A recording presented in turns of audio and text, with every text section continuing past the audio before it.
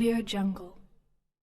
L'affaire Mourad Oulmi risque de surprendre, voire même choquer l'opinion publique jusque-là focalisée sur des noms d'oligarques ayant bâti des fortunes colossales à l'ombre du régime déchu.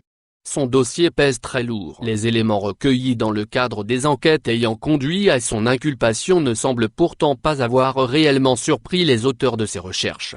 Mourad Oulmi fait partie des intouchables. Il a longtemps su échapper aux nasses de la justice grâce aux considérables appuis dont il jouissait tant à l'intérieur du pays qu'auprès de certains cercles d'hommes d'État étrangers. Ces innombrables voyages à l'étranger font partie de ces éléments qui ne passent pas inaperçus.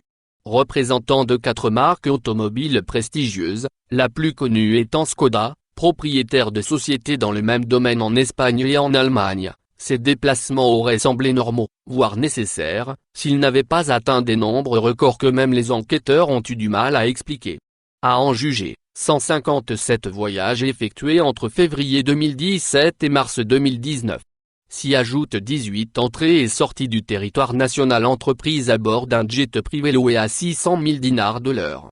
Les déplacements les plus fréquents ont eu lieu en France, le lieu de résidence officiel de sa famille et le sien naturellement, puisqu'il dispose également de la nationalité française.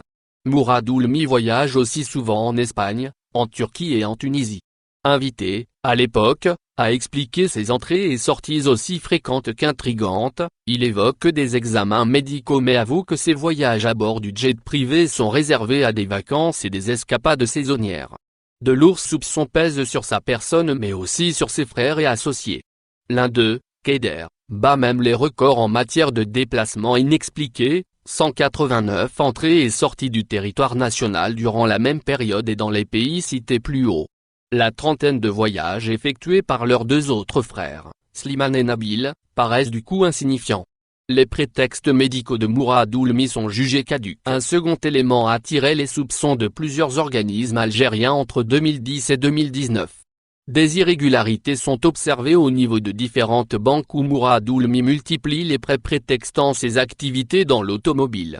Ces dettes s'accumulent et atteignent le montant de 4 600 milliards de centimes. En 2013, il tente d'obtenir un nouveau prêt auprès du Crédit Populaire Algérien, CPA. Implacable, le directeur de l'époque refuse. 3 ans plus tard, la donne change. Le CPA est doté d'un nouveau directeur général qui lui accorde les prêts demandés. On le dit ami avec Oulmi au point où il accepte d'intervenir auprès de la Badr pour l'aider à obtenir des crédits importants. Entre 2014 et 2016, le montant de ces crédits atteint 12,40 milliards de dinars. Des sources bien informées font savoir que Mourad Oulmi privilégiait, cependant, le travail avec des banques privées dans le cadre des activités de Sovac. Le procédé visait à l'obtention de crédits délivrés plus rapidement et plus facilement que les banques publiques. L'on s'interroge aujourd'hui sur la destination prise par les montants obtenus. Bizarrement, aucune trace de tout l'argent engrangé n'a été trouvée dans les comptes de Mourad Oulmi et de ses frères. Les multiples comptes en banque contenaient des sommes dérisoires, affirment nos sources. L'Algérie, nous dit-on, était ainsi considérée comme étant un territoire destiné à engranger de l'argent. Les affaires étaient son unique lien avec le pays, sa famille est établie en France, ses biens immobiliers aussi. Que faut-il de plus pour comprendre ce qui s'est passé? On apprend, enfin, qu'une partie des pertes occasionnées par Mourad Oulmi s'élève à 1,5 milliard d'euros, sans les avantages de l'ANDI, Agence nationale de développement et de l'investissement, du CNI, Conseil national de l'investissement, et des exportations CKD et SKD. Ce dossier est une tâche dont les affaires de l'industrie et des preuves très solides ont mené à son inculpation et celle d'autres co-accusés. Il s'agit de l'ancien chef de gouvernement Ahmed Ouyaya, des 2 anciens ministres de l'industrie Youssef Yousfi et d'Abdeslam Bouchouareb. Ces derniers sont poursuivis pour octroi d'indus avantages lors de passation irrégulière de contrats, mauvaise utilisation de leurs fonctions, l'acte est considéré comme étant volontaire, conflit d'intérêts, pot de vin reçu en échange des avantages octroyés et dilapidation de deniers publics. Les déplacements les plus fréquents s'effectuaient en direction de Paris, Nice, mais il y avait aussi l'Espagne, Barcelone où Mourad Oulmi possède des affaires dans le domaine de l'automobile. Il était également très bien introduit dans ce pays, mais également en Allemagne. Son carnet d'adresses bien rempli lui permet rapidement de s'introduire auprès des cercles des dirigeants algériens. Son projet de montage automobile est entaché d'irrégularités, mais il est accepté avec une facilité déconcertante par les organismes compétents. Des avantages notables lui sont accordés. Il parvient ainsi à acquérir un immense terrain à Relizane pour la construction d'une usine. Sa valeur est fixée à 58 274 millions de dinars.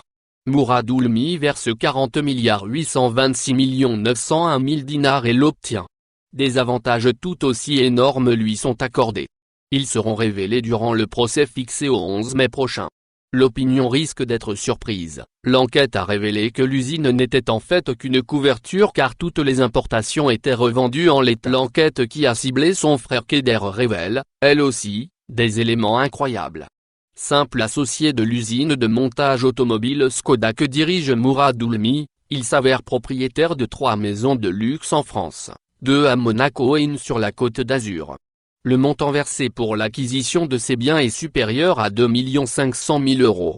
En 2014, il procède à l'achat d'une 4e maison, mais à Paris cette fois, pour la somme de 1 270 000 €. Les 64 voyages effectués à bord d'un jet privé entre 2017 et 2019 étaient en outre destinés à des séjours de plaisance. Keder avoue avoir reçu l'aide de son frère Mourad pour l'acquisition de ces maisons. La multitude de ces biens à l'étranger est considérée par la justice algérienne comme étant le fruit d'un blanchiment d'argent et d'un transfert irrégulier de fonds à partir du territoire national. Des sources proches du dossier affirment que l'enquête menée a mis au jour l'existence de sociétés civiles immobilières domiciliées en France, un pays dans lequel il se trouve également être propriétaire d'une série de biens immobiliers incroyables, 5 maisons à Neuilly-sur-Seine, bâtisses luxueuses à Saint-Tropez, une autre à Paris, et une maison située à Seine-Saint-Denis. Le montant déclaré des sommes versées pour l'achat de ces biens s'élève à 24 185 112 €. Bien avant d'être ciblé par une enquête, Mourad Oulmi avait attiré l'attention en rachetant, en 2006, la luxueuse maison de Nicolas Sarkozy à Neuilly-sur-Seine pour le prix d'1 993 000 €. Pas étonnant, soutiennent des sources bien au fait du dossier. Il était détenteur d'un carnet d'adresses bien rempli, il côtoyait des cercles au pouvoir en France.